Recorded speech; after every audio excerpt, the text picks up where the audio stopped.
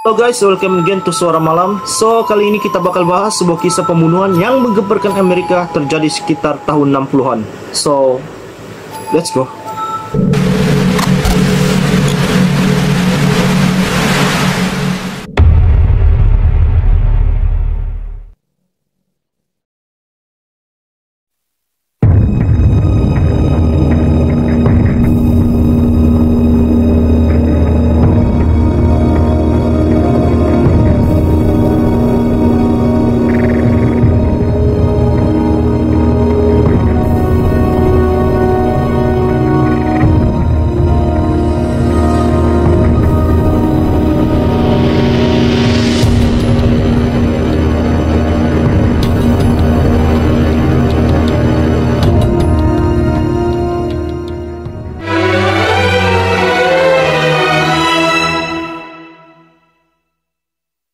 Oke, jadi kita lagi bahas tentang Charles Manson nih. Mungkin kamu udah pernah dengar namanya atau mungkin juga enggak.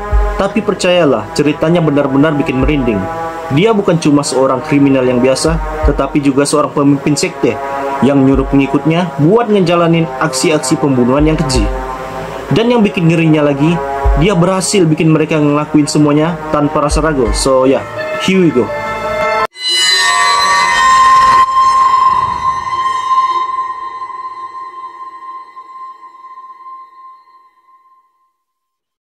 Jadi gini guys, si Manson ini nggak lahir kaya atau terkenal.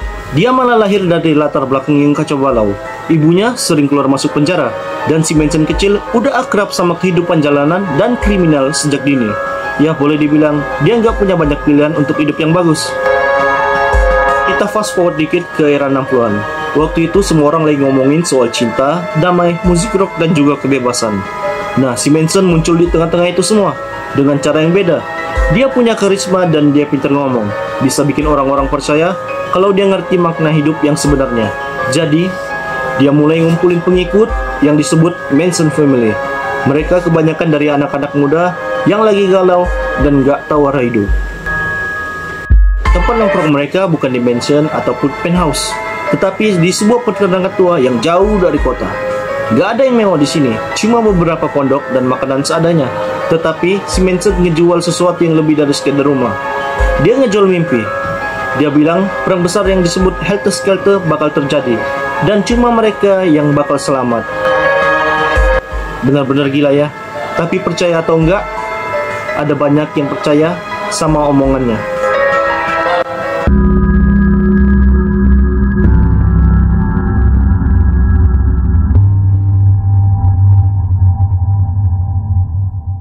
Dan di singkat cerita, datanglah malam yang mengubah segalanya. Pada 8 Agustus tahun 1969, malam itu beberapa anggota Manson Family dikirim buat ngejalanin misi gila mereka, yaitu masuk ke rumah seorang artis Hollywood yang bernama Sharon Tate. Dan mereka membantai sesiapapun yang berada di sana. Walaupun Sharon lagi hamil 8 bulan, tetapi mereka nggak peduli. Dan dalam satu malam, 5 nyawa melayang, dan tempat itu pun berubah menjadi lautan darah. Benar-benar ada otak, cok. Mereka masuk ke dalam rumah tanpa suara, dan begitu ketemu dengan korban pertama, mereka langsung menyerang. Malam itu menjadi neraka. Sharon Tate dibunuh dengan sangat brutal, dan dia bahkan sempat memohon agar diizinkan untuk hidup karena dia lagi hamil. Tetapi para pembunuh ini udah nggak punya belas kasihan lagi. Mereka juga menghabisi 4 orang lain di rumah itu, termasuk temannya Sharon, yaitu Jay Sebring, yang juga seorang penata rambut yang terkenal pada masa itu. Bukan cuma membunuh, mereka juga ninggalin pesan mengerikan di lokasi pembunuhan dengan darah korban. Mereka nulis kata PIG di dinding. Ini semua bagian dari rencana Manson buat bikin orang percaya bahwa ini adalah serangan oleh kelompok tertentu, biar Helter Skelter bisa segera mulai.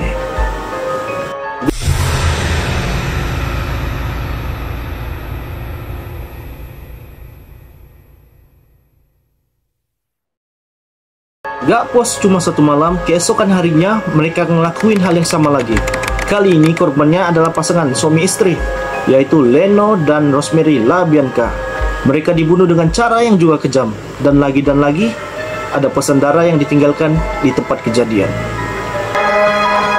Yang bikin ngeri, Manson gak ikut sama sekali di lokasi pembunuhan itu.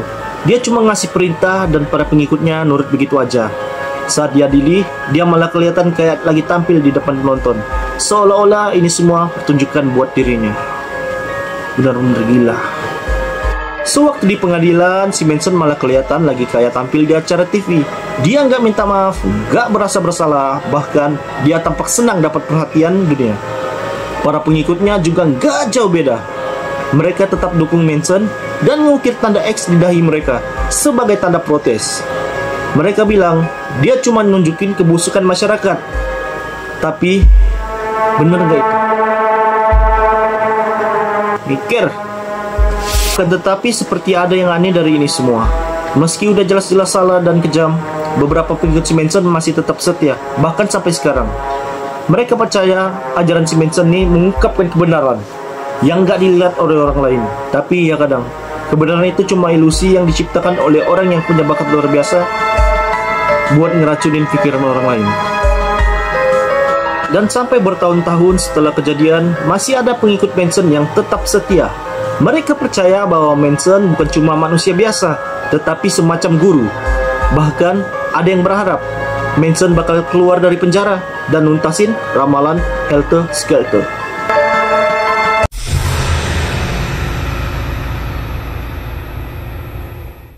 Dan pada akhirnya Manson meninggal dunia pada tahun 2017 di penjara di usianya yang ke-83 tahun. Tapi ceritanya nggak ikutan mati. Kisah ini masih terus diceritakan di buku, film, bahkan podcast horor. Dia udah jadi legenda kelam yang suka atau enggak tetap menghantui sejarah. Itulah tadi kisah pembunuhan dari seorang Charles Manson. Gila sih kalau dipikir-pikir, dia berhasil bikin pengikutnya melakukan pembunuhan yang menggemparkan Hollywood. Ceritanya itu nggak cuma tentang pembunuhan yang biasa, tetapi lebih ke gimana satu orang yang bisa nge-brainwash sekelompok anak muda menjadi pembunuh berdarah dingin. Mungkin ini semua bisa dilacak balik ke masa kecilnya yang kacau.